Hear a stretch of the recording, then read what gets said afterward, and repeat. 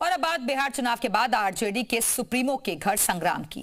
लेकिन इस संग्राम का एक सिरा यूपी से भी जुड़ा है। दरअसल लालू यादव की बेटी ने महागठबंधन की हार के बाद मायका छोड़ दिया, खुद को घर से निकाले जाने का आरोप लगाया, साथ में यूपी के एक हिस्ट्री शीटर का नाम लिया जो अब तेजस्वी के साथ है।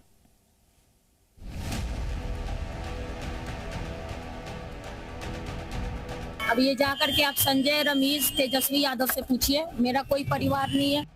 कभी लालू यादव की लाडली बेटी रही रोहिणी आचार्य अपने परिवार से नाता तोड़कर निकल गई, लेकिन जाते जाते एक नाम भूल गई जिसकी वजह से उन्हें मायके से निकाला गया। वो नाम है रमीज नेमत का। अब ये जाकर के आप संजय, रमेश, तेजस्वी यादव से पूछिए, मेरा कोई परिवार नहीं है। बिहार विधानसभा चुनाव में आरजेडी की करारी हार के बाद लालू परिवार में महाभारत हो गई और इस महाभारत के बीच पिता लालू यादव को अपनी किडनी देकर उनकी जान बचाने वाली रोहिणी आचार्य को घर से बेइज्जत होकर निकलना पड़ा। रोहिणी ने आरोप लगाया कि चुनाव की रणनीति बनाने के लिए तेजस्वी के साथ संजय यादव और रमीज नेमत रहे, लेकिन पार्टी की करारी हार हुई तो उसकी जिम्मेदारी किसी ने नहीं ली। उनकी आवाज उठाने पर उन्हें धमकी देकर घर से निकाल दिया गया। लेकिन मायके से निकलते निकलते जिस रमीज नेमत का रोहिणी ने नाम लिया, जरा उसके बारे में भी आप सुन लीजिए। ये रमीज नेमत यूपी के बलरामपुर से सपा की पूर्व सांसद रिजवान जहीर का दामाद है, जो फिलहाल हत्या के मामले में जमानत पर जेल से बाहर है। बलरामपुर की तुलसीपुर नगर पंचायत के चेयरमैन रहे फिरोज पप्पू की 4 जनवरी 2022 को गोलियों से भूनकर हत्या कर दी गई। हत्याकांड में रिजवान जहीर, उसकी बेटी जेबा और दामाद रमीज नेमत जेल भेजे गए। रमीज नेमत और जेबा रिजवान अभी जमानत पर हैं। रिजवान जहीर अभी भी ललितपुर जेल में बंद है। रमीज नेमत पर कौशाम्बी के कोखराज में भी हत्या का केस दर्ज है।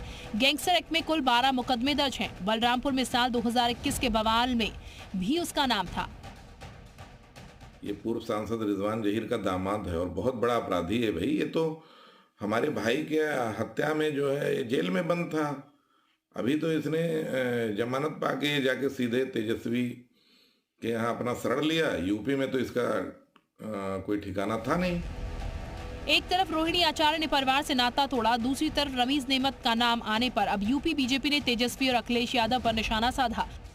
तेजस्वी यादव जिस तरह का बुरा बर्ताव अपने परिवार के साथ, अपनी बहन के साथ और अपने भाई के साथ कर रहे हैं, लग रहा है कि अखिलेश यादव जी के संगत का असर है, क्योंकि अखिलेश यादव जी भी अपने पिता और चाचा के साथ ऐसा ही बर्ताव किए थे। जो व्यक्ति अपने भाई और बहन, चाचा और पिता के साथ ऐसा कर सकता है, आप समझ सकते हैं कि वो समाज के साथ कितना बुरा बर्ताव करता होगा।